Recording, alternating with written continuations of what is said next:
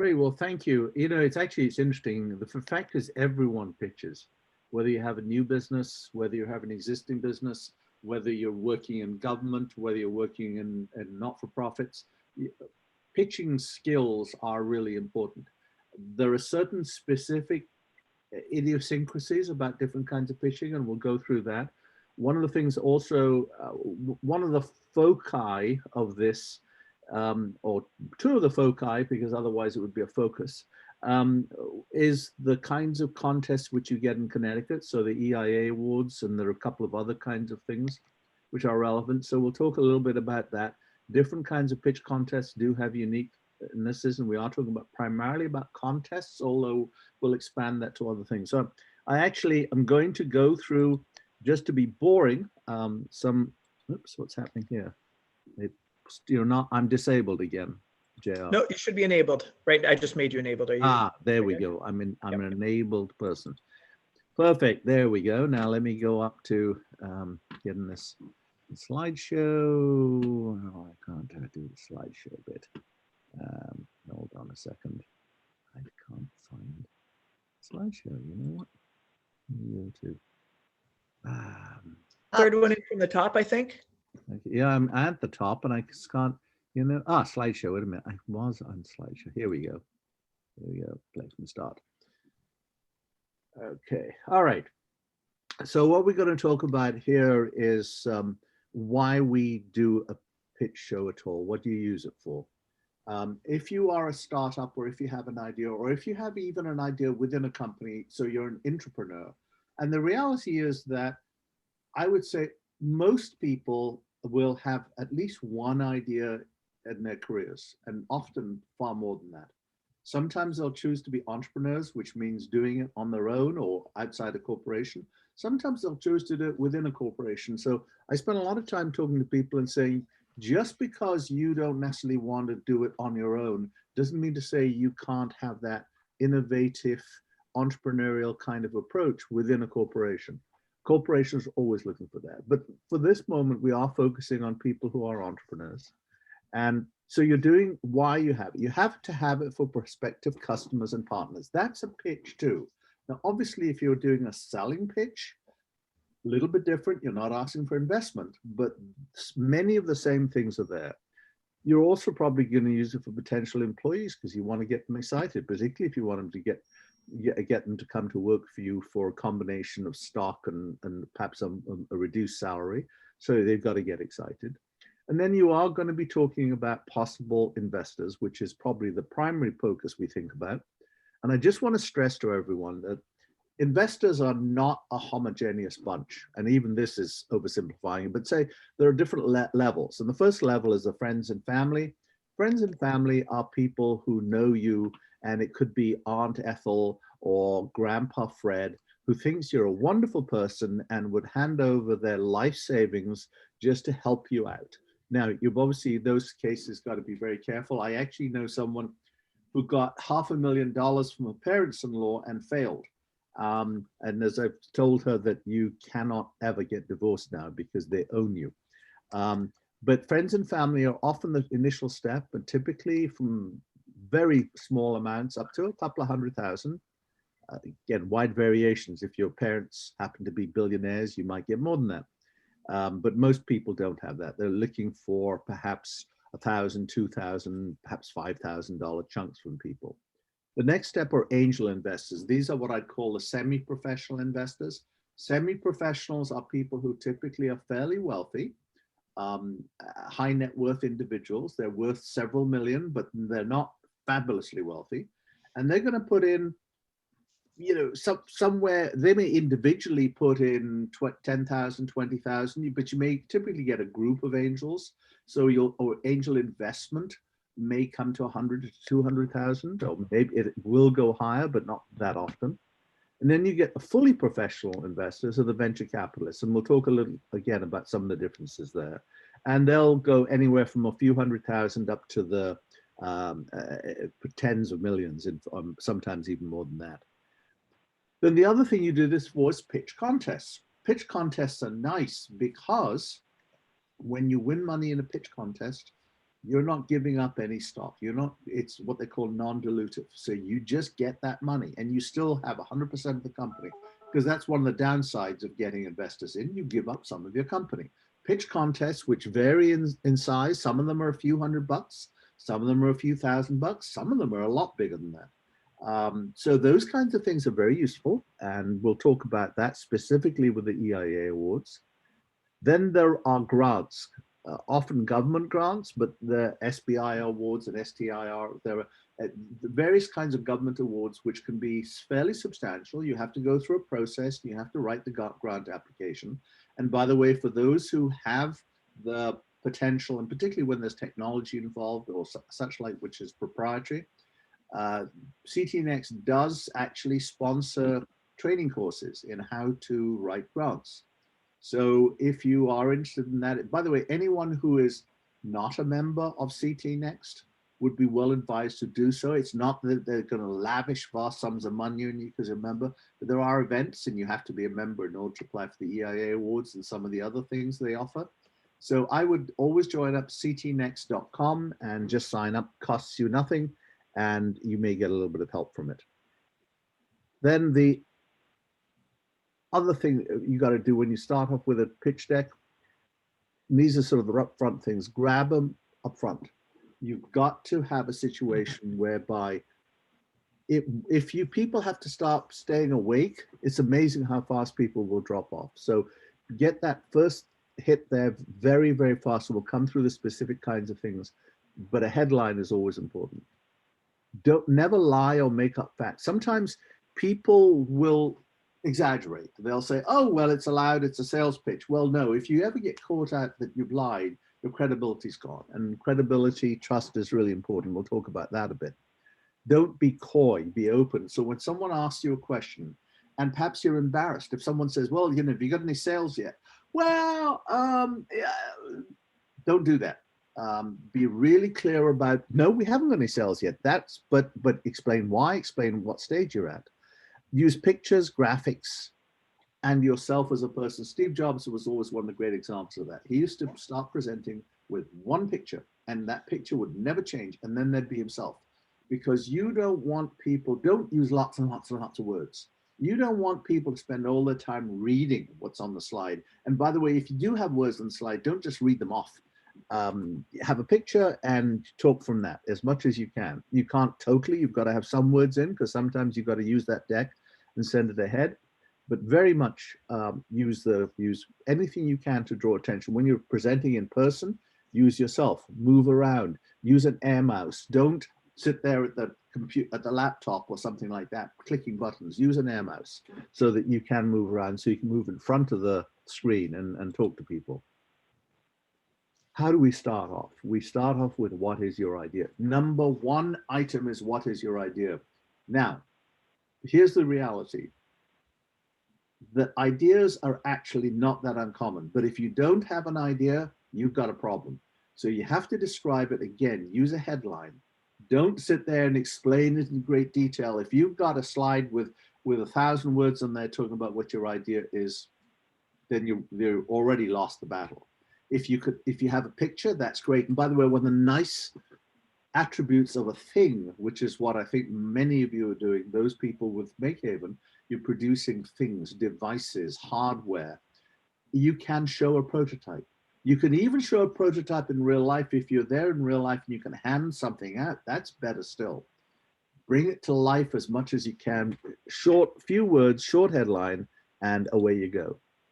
Then, and by the way, again, use graphics wherever possible. And these are samples. There are a whole series of different kinds of things you can show. And I'm going to go through some examples, but for every one I show, there are a number of other ways of doing it.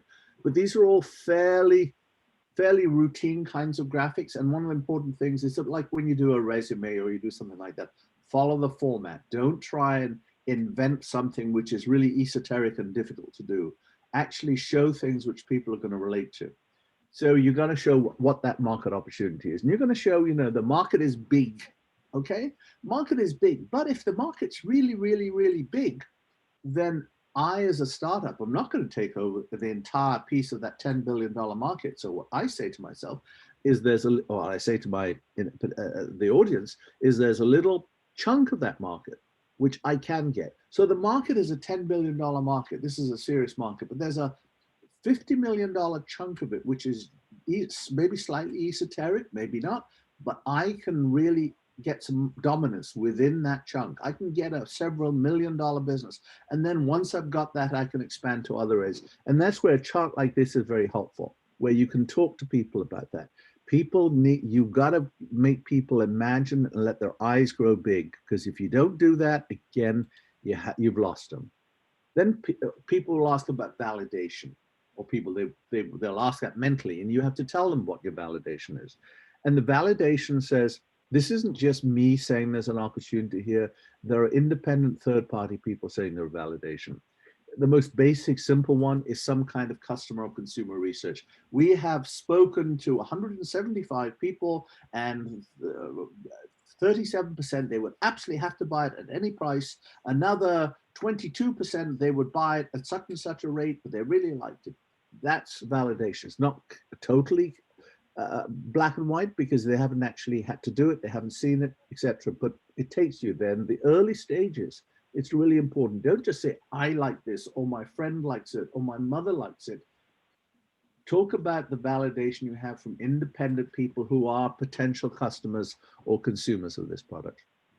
The next step you can do, and which is, and these are the things which increase your credibility, would be some kind of pilot test. We've got some prototypes. We've got a dozen prototypes, and we let people play with them. And this is what they said, having played with the prototypes. The next step is what's called a paid pilot, where someone pays you a nominal sum. It's very nominal. You're not asking to pay a lot. In fact, typically what you say to someone on a paid pilot is, look, if you pay me on this pilot, peanuts, a modest sum of money, but it's something, then you will get a discount, 50% discount for the next 2 years on all the products we produce when you're manufacturing. Doing a paid pilot is important, because what that says is that someone's prepared to make money. Maybe it's not $100,000, which the item costs, but maybe it's only $1,000, but it's money. They've written a check, gone to that much effort.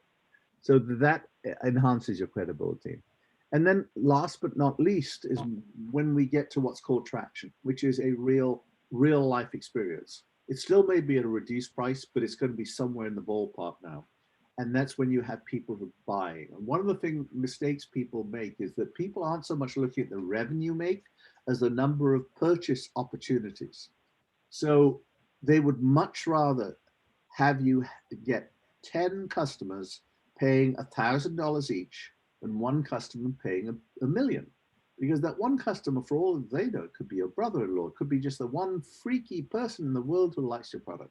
But if you've got 10 people, that's 10 actual purchases.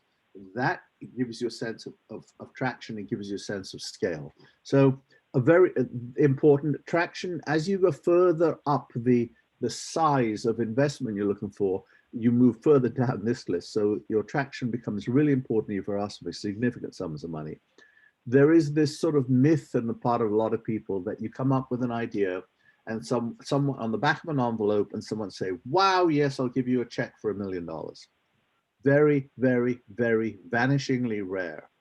Usually, as I mentioned, ideas are actually not that difficult to come by.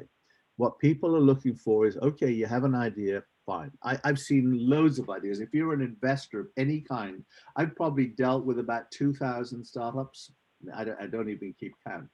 Almost all of them had good ideas. So take it as a given that you have a good idea. What's going to matter is what comes after that good idea, because it's no good if you have a good idea but fail ultimately in the marketplace. So we'll talk about those, the kinds of things you have to convince people about. You have to talk to people about the potential. We've talked about how big the market is. We've talked about what the share of market you might get. You have to say, what is this? And by the way, there's nothing wrong with this kind of curve or a hockey stick, because guess what? If you don't have this kind of curve, you're probably a failure. If you have a straight line, that's not enough, because if you're starting off with an idea, you're going to have some kind of exponential growth. Now, it isn't going to be from 0 to $10 billion overnight, because that's unrealistic. but it's going to be something which says we've got some real growth potential, and that's important to people. And this again should be based on statistics as opposed to this is what I think. It should be based on here's the market size, and we'll come to some of the other things such as competition, and we'll talk about that. Then you have to have a product roadmap. You have to be able to say to someone, here is my first prototype, here's what I'm going to be trying to do, here's what I'm going to build in. And a product roadmap, again, there is no standard format. This is one which is a fairly straightforward kind of format. You can do it as literally like a roadmap and put modules in.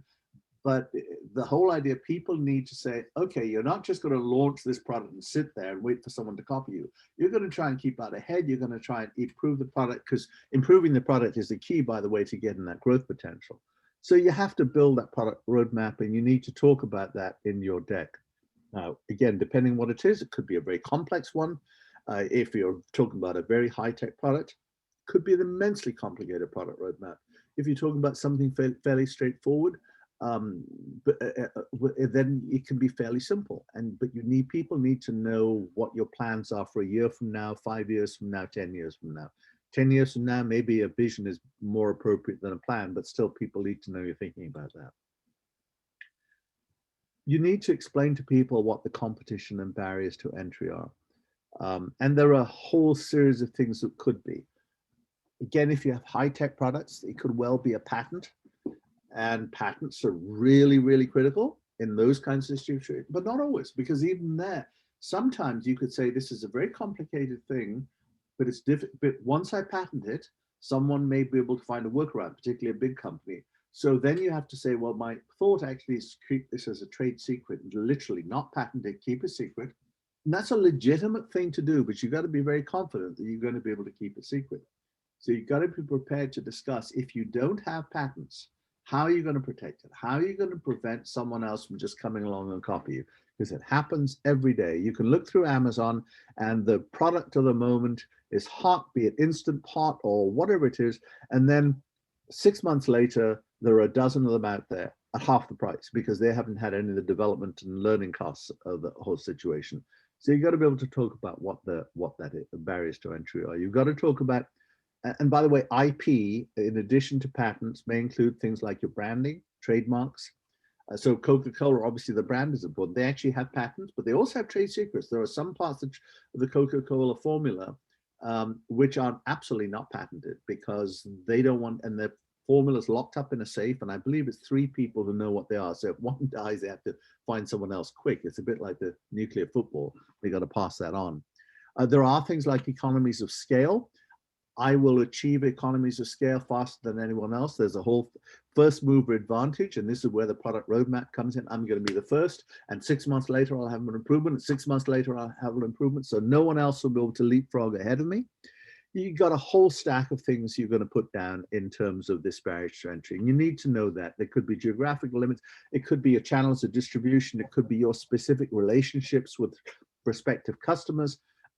But either way, you got to have that in. This is what makes me sure that once I launch this product, no one's going to come in and take my business from me. Then, and as part of this whole thing is the competitive comparison. Typically, and this is, again, one way of doing it, is putting check marks. At the top, you list all the different companies out there, and on the left, you list the kinds of things which are characteristics of your product, whatever that is. And then you put a little check mark where you have superiority, or where you have even a product in the first place. And you sit there and say, well, we can do all of these things. None of our competitors can do all of these things. And usually you can do that because if you are an innovative, different product, there's going to be something that you can do they can't. So now you're starting to explain to an investor or a judge in a contest, and we'll talk a little bit about those, some of the slight differences there. You're going to be able to talk to them about why you're different and why you're better, and that becomes really critical in this whole situation. Then you've got to have an overall plan and timetable. When are we going to hit the marketplace? Is that, if it's going to be a test market, what's that going to be? What is the critical path? People sometimes this is why things like project management has become so important, but there are an awful lot of people who are doing project management who don't have that in their title. It could be someone who's doing trade shows. It could be someone who's an engineer. It could be a whole stack of people these days who's doing project management. And it's fairly straightforward to do basic project management. You can do one in Excel. Excuse me, why? A simple project management is easy. If you're doing something complicated, like building a nuclear submarine, you may need something a lot more complicated. Financials, simple financials. And you don't need these for some of the pitch contests do not require them. They just want to know what your potential revenue is. They don't necessarily need to know the contest. So the EIA awards, sorry, profitability. EIA awards don't need these. I still always say put in the prospective revenue, but don't do a detailed P&L. But if you're presenting to an investor, they're going to want to know this capital investment. They're going to want to know where you're getting your money from, all that kind of stuff. So financials in some form or another, be it one number or a set like this, and this is not a complicated one, because bear in mind that when you're talking to an investor, for example, the purpose of a pitch deck is not to get them to write a check, because they won't. The purpose of a pitch deck is get them interested enough to want to move into due diligence, at the end of which they will write a check. So there's going to be a lot of detail you're not going to have in your pitch deck, but what you want to do is just whet their appetite and get them to think, I need to know more about this. Very, very important in this whole thing is the team, because they don't, in general, people don't like relying on a single founder. They typically don't like relying on founders who are related, their brothers, their husband and wife, or mother and son, or something like that, because not because you might think, a lot of people think, oh, it's because they're going to be they're going to have a fight or something like that, and that's partly true, but also they fear that in those situations they're not going to be tough enough on each other. If you're a brother and sister, you may not actually be totally honest with your sibling about something they've screwed up on. I've seen people in those kinds of relationships where the relationship comes before the business, and when something goes wrong, they just keep their mouths shut and let it go wrong. So investors are definitely aware of that kind of stuff. So they like to see a team of people who perhaps work together, know each other, that's great. Trust each other, yes, but they like to see a team. Now, what you typically do when you're an early stage startup, you're the founder and you have 2 or 3 people who are part-time. Maybe they're on the board of directors, or they're just part-time doing it for some potential stock.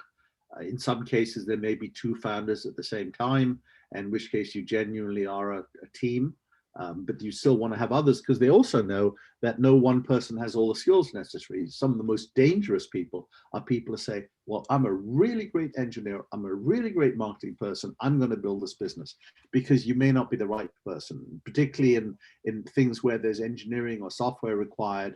Unless you know the engineering or software, the product isn't going to deliver. But if you are a techie, if you are an engineer, you have no idea how important sales is, or have no idea how important the supply chain is. So those kinds of things, it's nice to have several people in the team. People can be assured of the fact there will be people who complement each other, and one will focus on the product, another will focus on the finances. Because, by the way, that's the other thing. If they're going to give you significant sums of money, they want to be sure that someone's going to take care of that money. So it's really nice to have a financial person taking care of that. You can say, okay, we've got so-and-so who's our finance person, who's going to manage the books and make sure the tax filings are made and make sure we don't get into trouble. I have mentored several entrepreneurs who've got themselves into huge trouble because they didn't file tax returns for several years and suddenly got hit with demands for huge amounts of money, which they didn't have.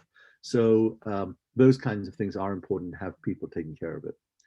You've got to have in the team you've got to have the right mix, again, in terms of the skills, because what you're ultimately trying to do here is create trust and integrity in the minds of whoever's investing in you. Investors worry more about integrity, by the way, and teams than judges in a contest do, because judges in the contest don't have their own money at stake. So they can be swept away with the idea. If you're talking to an investor, they're in this for the long term. They're going to give you some money, whether it's $10,000 or $10 million. And they want to be sure that 1, 2, 3, 5, 10 years from now, you will be playing in a successful business. So they want to know that if there's a problem, you're going to tell them. They don't want someone who's going to hide issues, because maybe they can help you. They'd rather you tell them than not. They want to be sure that you have the experience to do it. They really don't want to give it to someone who's never done before. Or if they give it to someone who's never done it before, this is where the team is, because you can say, well, so-and-so has done this before. Someone else will take care of us here. So having those be the advisors or formal team members really helps a great deal. They want to know you have perseverance. It's always very interesting. I've often thought one of the things that distinguishes the people who succeed from the people who fail, the people who succeed are perseverance to the point of almost insanity. I.e., there are a lot of people who persevere well beyond they should. They've got a failure on their hands and they should persevere. On the other hand, when you look at most of the really successful businesses out there, someone kept on trucking away. Whatever happened, they may get turned down, they may get rejected, they may have failures, and they pick themselves up, dust themselves off, and go to it again. So perseverance is really important. Another very important point, particularly for an investor, less so again for a contest judge, and we'll talk about that in a moment or two, is to listen to advice. If they're going to give you money and they have something to bring to this and they have some expertise, they want to know that they'll have a seat on the board, but you know what? You can always fool them. You don't have to tell them everything. They want to know that you will tell them everything and that you will listen to their advice. So when they say, have you thought of this? Have you thought of that? Not necessarily they're going to run the business, but when they say, we'd like you to consider that, they want to know you're going to consider it. So if you look stubborn, if you look as though you're just not going to listen to advice, or if they hear that that's what you're like, you're not going to get their money either. Then it isn't that people go, oh, you're a brilliant person, here's your money, take it and run. They're going to watch you. If they've got that much money at stake, they'll watch you. And if they want to give you advice, you better be prepared to take it. Doesn't mean to say you literally do everything they say, but if you don't want to do what they have to say, and there's a good reason for it, then you need to explain it to them. You need to say, now, thank you for the advice. Here's why I'm not doing it, as opposed to passive aggressive, where you listen to them and then just ignore them anyway. So you put the team, you have the short bios up there, and that's one of the key things there. Now, let's talk a little bit about what we're facing in terms of judges versus investors, because this is one of the purposes we're looking for here.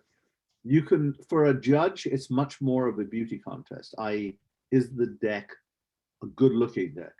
Is the deck, does it make the arguments? 90% of it's the same as an investor's looking for, but there's a 10% which is different. The investor particularly is looking for the long term. So they're going to be judging you. Can I work with these people long term? A judge doesn't care, because you've got a great idea, you presented it really well, you have high potential, so the judge will say, great. The investor will go that one step further and say, again, are these people going to listen to advice? Can I work with them? Are they totally trustworthy? They're going to be honest with me? Those kinds of things. They will, if an investor, part of their due diligence, they'll look you up. They will Google you, which a judge in a contest probably won't. They will look you up on LinkedIn. They will look to see, who do you know who they know? Making sure your LinkedIn profile for an investor is concerned is absolutely critical. It's amazing how many people have LinkedIn profiles which hurt them.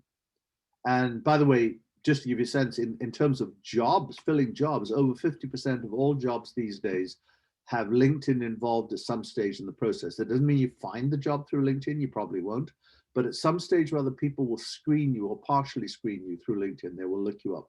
And if your LinkedIn profile looks unconvincing or incredibly incomplete, or you have some friends who, connections whom they know to be crooks, I had someone who was very friendly. You may or may not remember, some years ago, there were some Russians who were deported because it turned out they were spies. They were working undercover here.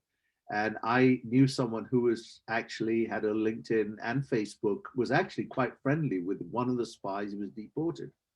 And, lo and behold, of course, 2 days later, gone, completely gone. Because that was obviously not a good kind of chemistry. Equally, you really probably wouldn't want to be Madoff's closest buddy or some people like that. So you've got to be very careful about who you're connected to. If you're connected to someone who's going to hurt your reputation, be really thought, and then you may have a good reason for it, but you better be aware of it. Don't be caught unawares by that kind of situation. So that's one of the key differences between a judge and an investor. So if you've got a situation now where in the EI Awards, and we'll talk specifically about that. I want to focus it for the moment on this. The EIA Awards, there's a $10,000 prize. Now, the $10,000, it's not, they call it not a contest, but it sort of is. Here's actually how it works. Companies apply. Now, typically 30, 40, 50 companies may apply. And you apply online and you send in your deck. It will go out to a group of screeners. They have screeners. You don't know who they are. They're anonymous. And the screeners may or may not know anything about your business. And the odds are they won't, because that's another difference between judges in a contest and an investor. An investor, even if they don't know it, they'll bring in someone who's an expert to take a look at your business. With a judge, they're not. It is, as I mentioned, it's a beauty contest. How does this look? And so what happens here with the EI Awards, they will send your application off to a group of screeners. The screeners will look and put points on it, and it will be purely based on their perception. They may know nothing about your business or whatsoever.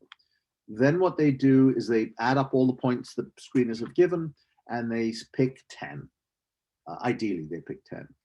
And there are theoretically an unlimited number of prizes, but they really don't want to give out 10, and they really don't want to give out 1. Because that's depressing. Well, it's either crazy or depressing.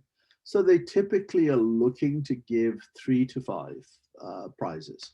In other words, if there are 10 exceptional companies there, I'm sorry, that quarter, you won't get 10 prizes. If there are 10 really disappointing companies, I'm sorry, at least a few will get some money because they kind of have to. And that's just reality. You need to know that. So once you get through that, and that's something you, in a sense, have very little control about, because the screeners may vary from time to time, but it's important to understand, again, that it's a beauty contest. Perception is reality, all that kind of stuff. Don't put that too much detail. Make sure it sounds exciting. Excitement is what it's all about. When you're standing up there, again, it's always nice to tug at heartstrings. Well, standing up there, I assume we'll be back to standing up there. In the meantime, it's a Zoom presentation. But at some point you'll be back there. Something which appeals to people, something which is personal is good. If you've got stories are good. So for example, when you're talking about idea, if you've got something, some of the ones which have had the most successful things are things like one group had a special valve for enteral feeding, which is basically a feeding tube directly into someone's stomach, because they had a kid who had a genetic situation and needed to be fed that way, and the tubes apparently keep on coming undone and can cause infection and all sorts of problems, and they'd invented this clip.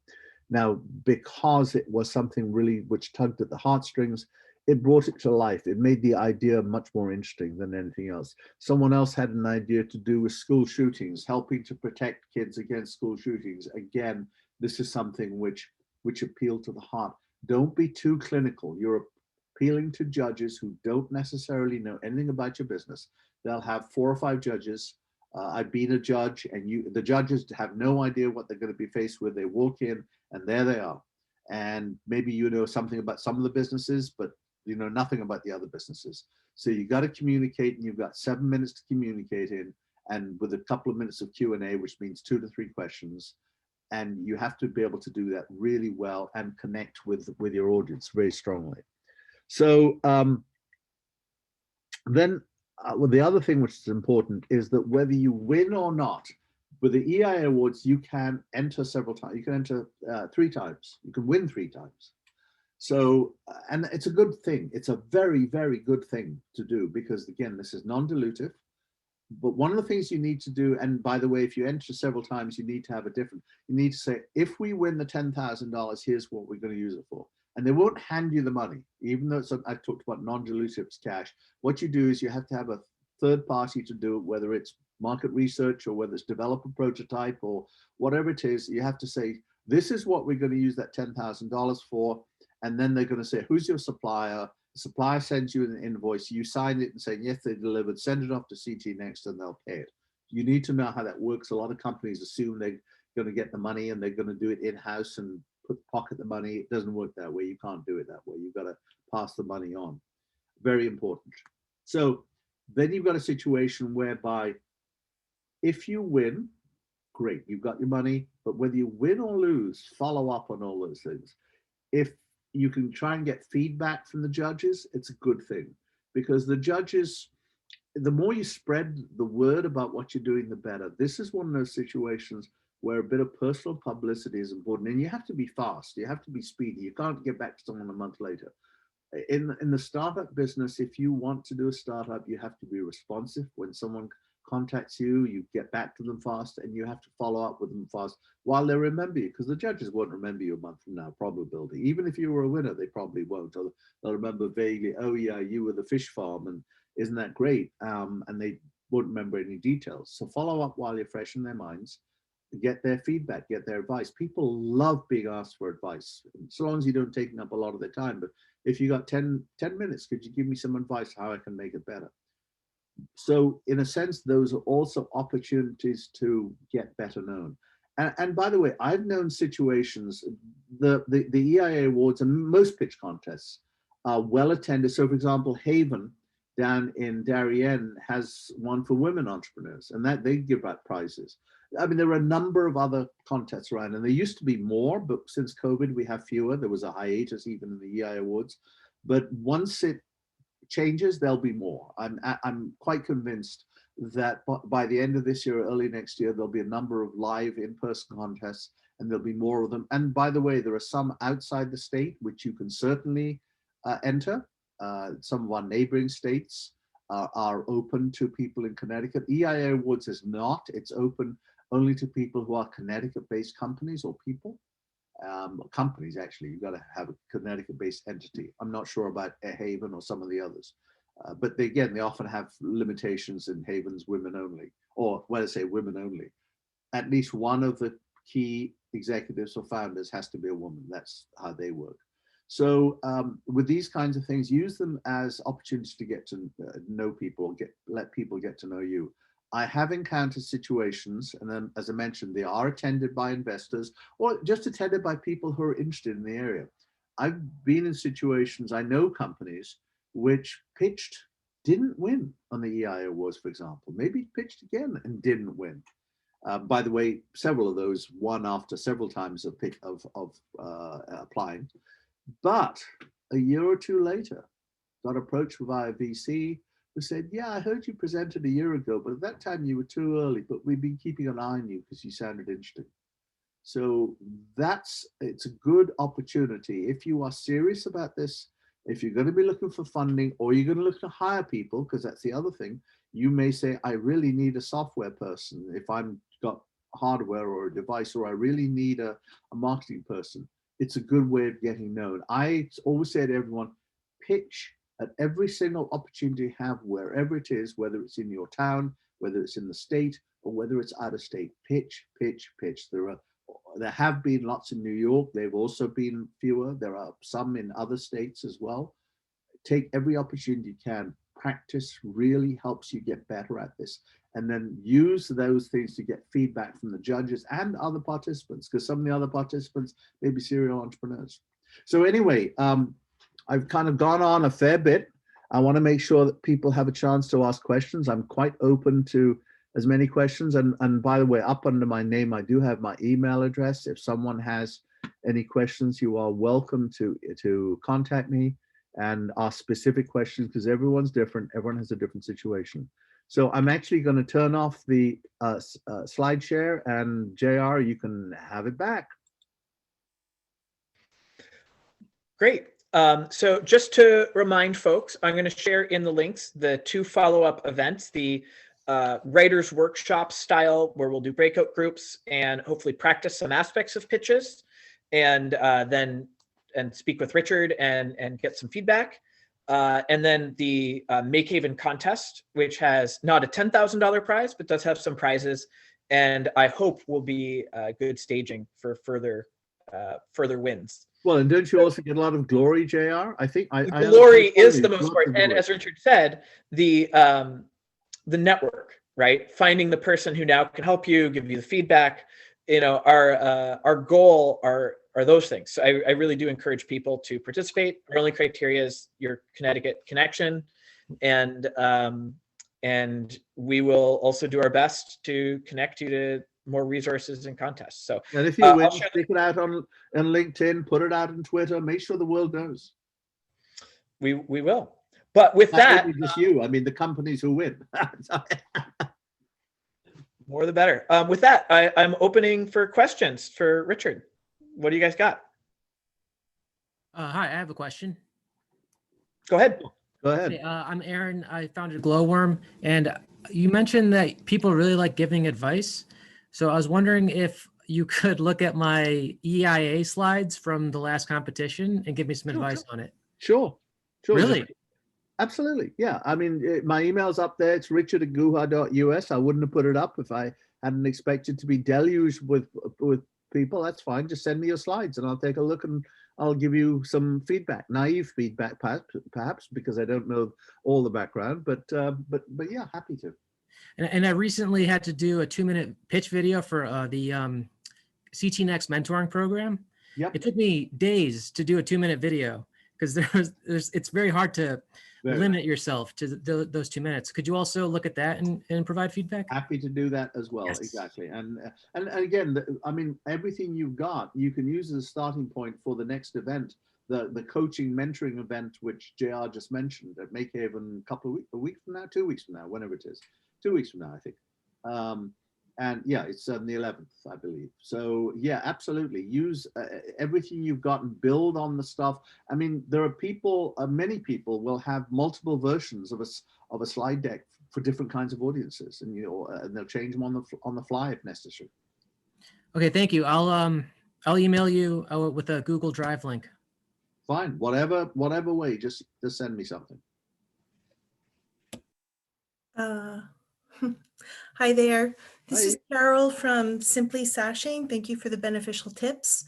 And I'm just wondering how different a pitch deck would be if you want to license your product.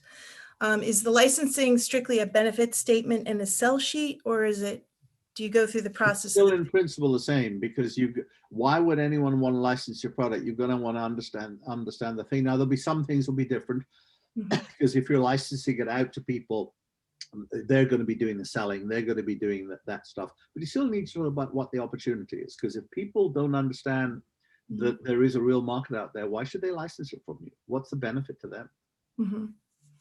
Okay, thank you.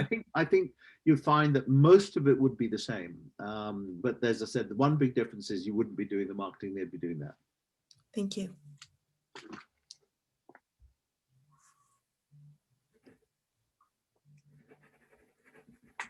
Other questions from folks, and feel free to put it in the chat if you prefer not to speak in front of everyone. I have a question about the patenting. Yep. So let's say somebody did have an idea about something. At what point would you recommend somebody explore getting a patent? And it sounds like that's a costly process. And okay, should you try and get sales first and get traction first? No, do not get, because once it's out there, you can't patent it.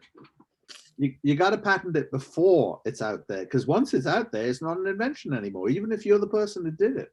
I thought you had a 1 year, there was something about a 1 year clause. If you do a provisional or what, I mean, but here's what you need to do. I tell you, and most of these books are wonderful. Look up patents for dummies or intellectual property for dummies, which overlap. Intellectual property includes patents and trademarks and copyrights. And then there's patents for dummies. They are both very good books. So definitely look those up. And by the way, the laws change from time to time as well. So it's possible, I do not give legal advice. I'm not a lawyer, et cetera, et cetera. But the other thing also, it's important to understand, there are several law firms in this state, and for that matter, other states, but in this state, who will give you some free legal advice. Again, I'm not sure. Murtha Kalina used to have a legal clinic at District, and they would give, you don't have to be at District, they would do it. You've got another firm whose name escapes me immediately down in Stanford, which gives some free advice on patents as well. Now, whether they'll go as far as writing a patent for you, probably not, but they will at least help you, because you have a choice here. If you go to a big law firm, get them to write the patent and file it, just for a US only patent, it'll probably be $50,000. And if you want to get several countries, it could be several $100,000. And you probably don't want to do that. But if you can write a lot of it yourself, the filing fees will just be a couple of thousand. And if you can get a law firm to do some work for you for reduced rates, you can file a patent and you do most of the writing and they'll just polish it. You can file a patent for a few $1,000s. Sadly, it's not free. But again, this is part what pitch contests are for. Win a few contests on the basis of your idea, you'll get the money to file your patent. So, so definitely, the Whitmore Group is the one in Stanford, and there are probably others. I think there are several law firms. It never hurts to ask. If you meet someone, there are a number of law firms in New Haven, as you might expect, and they're not necessarily specialized in intellectual property, but they all have an intellectual property arm. And I would, Shipman and Goodman, and there are several others. I would definitely, they used to attend the networking groups when we had networking groups. I'm sorry, again, it makes it a little bit more challenging when we don't have that. I'm not sure if they come to things like the EIA awards now, they're virtual, but they still must be looking for customers. So I would definitely see if you can find a lawyer who's prepared to help you for free or for a very limited amount of money, give you a little bit of her free advice and do that kind of stuff. But in general, well, again, if there is something, it all depends what you're patenting. If you're patenting the process about how to make it or something like that, you also seriously have to consider whether you want to keep it as a trade secret. If you think doing a patent would be just giving it away.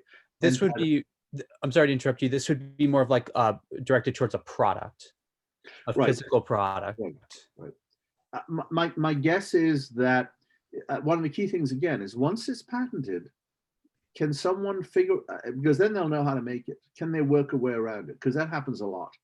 If you really have something that I know someone who has got a great product. I mean, I won't even tell you what the product is because I don't want to, but she's got a great product, has it patented, and some other company, some guys in Brooklyn, clearly not a Connecticut company, just literally ripped her off. And she's sitting there and talked to a lawyer, and the lawyer said, well, it's probably going to cost you $40,000, $50,000 to sue them. You'll probably win, but you got to come up with that $40,000, $50,000, and she couldn't. Yeah, okay. Because if you have a patent, you have to protect it. Just because you have a patent, the government's not going to protect it. You have to then use that patent to sue the other guys. Yep.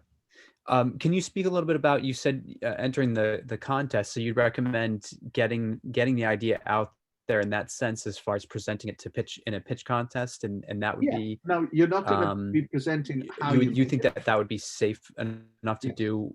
Yes, because you were saying don't get sales because you don't want that to get out there, but well, don't get sales. Once people actually have their product in their hands, they might figure out how to make it. That's what I'm saying. Until you've got some protection. Now, when you're just presenting it on a screen or whatever it is, they're not going to figure out how to make it, assuming there's something unique and different about making it. And if there isn't something unique and different about making it, you won't get the patent anyway. So in order to get the patent, you've got to have something unique and different. Otherwise, you won't get it. The patent office will just turn you down. If you say, oh, I got a box. Yeah, what's different about it? Well, it's green. Okay, you aren't going to get the patent. But if you have something which is patentable, and not everything is patentable, if you have something which is patentable, then once it's out there, people can always say, well, gosh, we invented it the same time they did, parallel invention. And it's very difficult to prove otherwise. So it's always good to at least file a provisional patent. If, there are two kinds of patents you can file. You can file a provisional or a full patent. A provisional patent is one that doesn't cost you a lot, and you're basically using it as a bookmark, but you have 1 year to then convert that into a full patent. A full patent has got all the bells and whistles on it. And that may be one of the things you're thinking about when you say you have a year. You can file a provisional patent, and then you file the full patent later. So the provisional patent's cheap.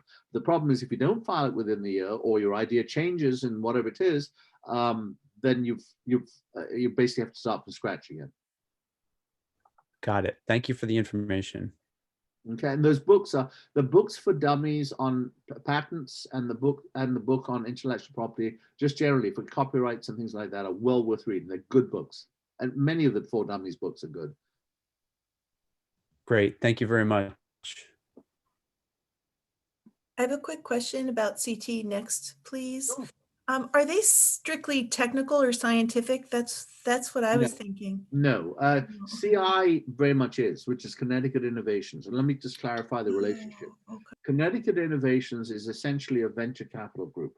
Connecticut Innovations is owned by the state of Connecticut, but it's not a state agency. So it's important to understand that Connecticut Innovations runs like a regular venture capital fund. And oops, okay.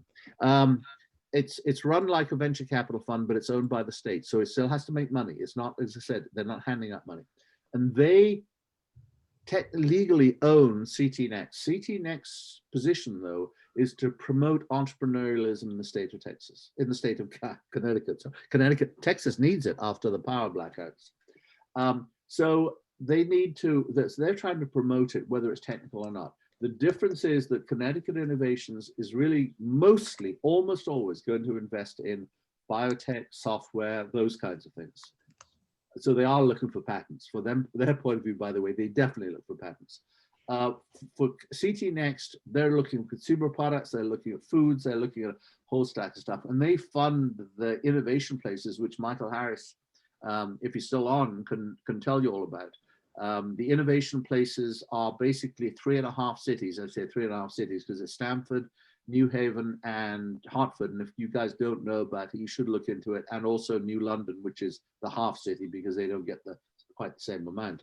And they are charged from CT Next with helping startups. And so thus, MakeHaven is partly sponsored by New Haven and so on. So there's activities they do. And by the way, again, even things like the local libraries do that. So whether it's the public library in New Haven or whether it's the Ferguson in Stamford, again, depending on, some of you may come from surrounding areas, the libraries have help they offer. And they sometimes have contests and things like that. So look into that. It is amazing how many places have activities going on around the place. So ask around as to what's going on. As I said, COVID has changed things a little bit. I would have been able to tell you a whole list of opportunities. The list is a lot shorter now, but I think a lot of them will come back. So find out what New Haven does in terms of for entrepreneurs right now, as opposed to what they have done and what they will do. Thank you. And we have a representative from the city of New Haven on the line, Steve Fontana. And perhaps, Steve, you'd be willing to just jump in and mention some of the resources as we're talking about resources? Yeah, thanks, JR. And obviously, Richard, you've done a great job. Yes, we have a small business resource center that's focused on helping entrepreneurs and startups get going. Everybody from people with great venture capital ideas to lifestyle businesses. But the bottom line is, my colleague Kathy Graves and her team and Clay Williams are focused on providing you absolutely free advice when it comes to how to connect with resources, whether they're legal, marketing, accounting, financing, whatever. We know Joe Williams at the SBDC very well. We know people at different banks. We know people at DECD. So please, I will put in the chat Kathy's contact information. Please feel free to reach out to us at any time, and we'd be happy to try to help you. And by the way, also, I don't want to neglect SCORE as well. SCORE stands for the Service Corps of Retired Executives, which is somewhat of a misnomer. It sounds like a lot of old has-beens, and it's not true. And New Haven has a fairly, I think their offices are actually in they used to be in Gateway Community College. I think they're now in North Haven somewhere, but they have about 40 or 50 advisors. They're part-time, but they help. And actually, so Connecticut as a whole has very active SCORE chapters, but New Haven is a fairly significant one. So, and they again often have local knowledge because they tend to be local business people, and so definitely look up SCORE. They have a lot of online resources as well. They have some. They actually, I think, also run a business plan contest, and they have a lot of wonderful They got 40 or 50 pieces of software which can help you when it comes to doing number crunching and stuff like that. And just to mention, MakeHaven has a volunteer specifically at MakeHaven who's a score coach and been working with the SBA. And you can apply to get help. I'll put the link. It's free and being done remotely right now, but with a MakeHaven connection. It's lots of help, and you know, it always never assume that you know about all the resources that can help you, because I mean, you know, since when Steve was talking, we go, oh yeah, I should have mentioned that. Oh yeah, I should have. You know, it's like, because there's so much stuff out there of which can help you, and so take advantage of it. Great. People get really bored if they can't ask for help. Jeremy, it looks like you have a hand up. Yes. Can you recommend a pitch template that I could, you know, get a good start on putting a pitch deck together? Ah, that's an interesting point. Every pitch is slightly different depending on the business you're in and everything like that. Here's my overall recommendation. Don't use a template, but look at other pitch decks. If you go to something like SlideShare, or just go to Google and just put up pitch decks. So use them for inspiration rather than to copy. There is actually, if the SBDC has put together a little handbook, guidebook. It's not very long, it's about 10 pages on how to develop a pitch deck, but it's not always appropriate for example, the EIA awards. But I can send you that if you want to email me. I'm happy to send you the SBDC's guidebook on pitch decks. There are books about pitch decks. There's the one thing I also strongly recommend everyone go to Google, or I use DuckDuckGo to be precise, and I want to clarify that because otherwise it's a trademark violation. And plug in David Rose TED Talk. Now the TED Talk is important because if you just plug in David Rose, there's a swing band leader called David Rose, and unless you like listening to swing music, you probably would rather have David Rose, who did the TED Talk.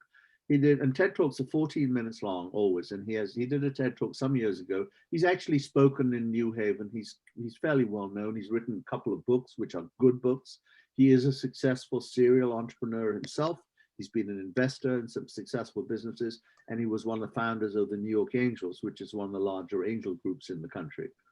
But his TED Talk at 14 minutes is a really good encapsulation of what needs to be in a pitch deck. So that's a visual thing rather than anything else.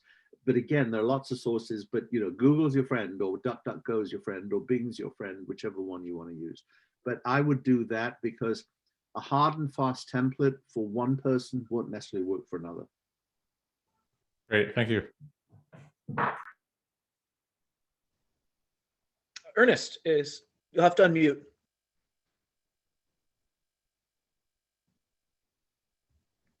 It's a little microphone in the, should be a microphone in the corner. Oh, how you doing? Good, how are you? I'm all right. I apologize for my late appearance too. No problem. It's recorded. Okay, my question is it okay to talk about different accomplishments, other accomplishments when you're doing your pitch? It's okay, but bear in mind how little time you may have. So don't go in a lot of detail, but if there are 2 or 3 things you've done which you're proud of, say so. Absolutely, that's part of your little bio. You know, always do a little bio. I'm so-and-so, and I've done this, and I've done that, and I'm now doing thing. But if you go into too much length, people aren't going to listen because they're too busy trying to get everything else. Okay. Thank you. Okay, you're welcome. Other questions? I have a question. I don't mean to hog the floor. You're fine. We like questions. Thank you. And I just wanted to know if we could go a little bit off topic, because Richard discussed the team. And I find that to be the heaviest challenge, is to find a partner and a team. I have employed people as consultants part-time, but I really want to find, you know, a team. I'm willing to give away equity to the right person. But with COVID, we haven't had in-person, you know, networking, and it's been really rough to try to build that. Yeah, let me make a couple comments about that. By the way, I find that I've made more new friends since I haven't been able to go to networking meetings than when I went to networking meetings. And the reason is when you go to networking meetings, everyone's madly exchanging business cards and you have no idea who you actually met at the end of the day. There are Zoom formats which you can actually get to know people. If you're in a group meeting and you think someone's interesting, they said something interesting, nothing wrong with reaching out to them and saying, hey, I thought what you said was really interesting, can we chat? You may not be able to have a real cup of coffee, but you know what, I'm tired of real cups of coffee. Someone will call me up and say, hey, how about a cup of coffee? So I get in my car, drive half an hour to a diner in between us. I sit there and have a cup of coffee for half an hour, probably end up paying for them myself as well. And then I have to drive back half an hour. I'm sorry, with a Zoom, I can do that half an hour and then I can do someone else. So don't give up on Zoom. Virtual meetings are good. But however, there is an overall thing about partnering, having colleagues, is that I always say to everyone, it's like finding a spouse. People often take it too lightly. I will tell you, one of the most common issues I've dealt with as a mentor is someone who said, I had a fight with my co-founder. Oh God, here we go again. And they said, I feel like I'm a marriage guidance counselor, because people often didn't think, and not they're bad people, you may not have thought through the objectives. One person says, well, I want to sell this business in 2 years and lie on a beach. Another says, I want to build this business and pass it on to my kids. You know what? You need to discuss that. All the kinds of things that you would go through before you have a spouse, you need to discuss before you have this. In some ways, it's even more complicated because you're talking about things which do impact your personal life. You may say, well, what's it got to do with them, what my personal life is? It actually has a lot to do with them. What you want, are you prepared to work 80-hour work weeks? Or you say, I want a lifestyle. I want to go, it's important to me to spend time with my kids. My kids are really bored. Now, neither of those are intrinsically good or bad. But if you're not in sync, you've got a problem. So when you get to meet someone who you think has the right kind of skills and superficial personality, and you've got to have those discussions, which may be hard, about, hey, are you interested in this? If you're interested, let's get to know each other. Don't just sign a piece of paper with them after you've met them 4 or 5 times. Regard it as a relationship building, because it is relationship building. Does that help? Oh, you're muted. Yes, I think the lifestyle was very important to discuss that particular comment. What could further help is access to these people. So you're talking about Zoom meetings. Where do I look? Well, this is one. Sign up for these kinds of meetings, and you may find, and you probably won't, by the way, because, if everyone you ever met was, wow, I really want to get to know you, that would be crazy. And when I say I've gotten to know several people well, I have, but I've probably in total in the last year, I don't know, been on Zoom meetings with a couple hundred people I didn't know before.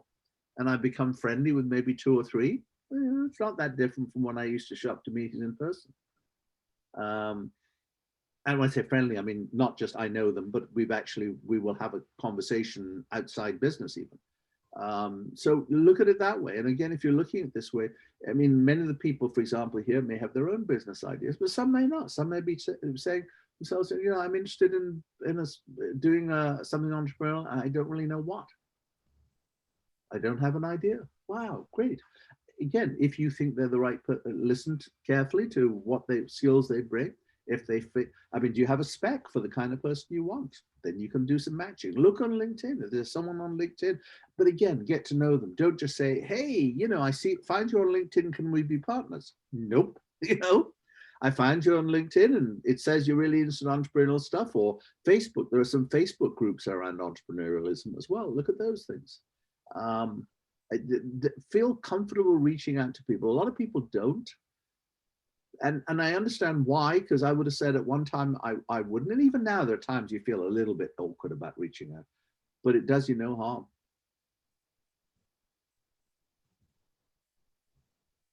Okay. I think we can do 1 or 2 more questions. We might end our formal activities since we probably should go in a couple of minutes. So, but yeah, what was that? I should probably go in a couple of minutes. So. Okay. Yeah. So were there any final burning questions. And you have everyone has my email address, I hope. Contact me, it's fine. Your email address, where is it? It is up. If you look under my picture, Richard Guha, and it's richard@guha.us. That's where it is. Oh, I see it. Yep. Thanks. Make it easy for everyone, except since people aren't used to seeing it there, they don't look. But you know, any friend of JR is a friend of mine. Very kind. And JR, right, if well- anyone I should be rude to, let me know. This is so I don't see any more questions. It's your last final call. And I think with that we can wrap it up. And please join me in giving a big thank you to Richard, who volunteered his time here and has been very helpful to us many times. Definitely. Okay, thank you all. It's been a pleasure.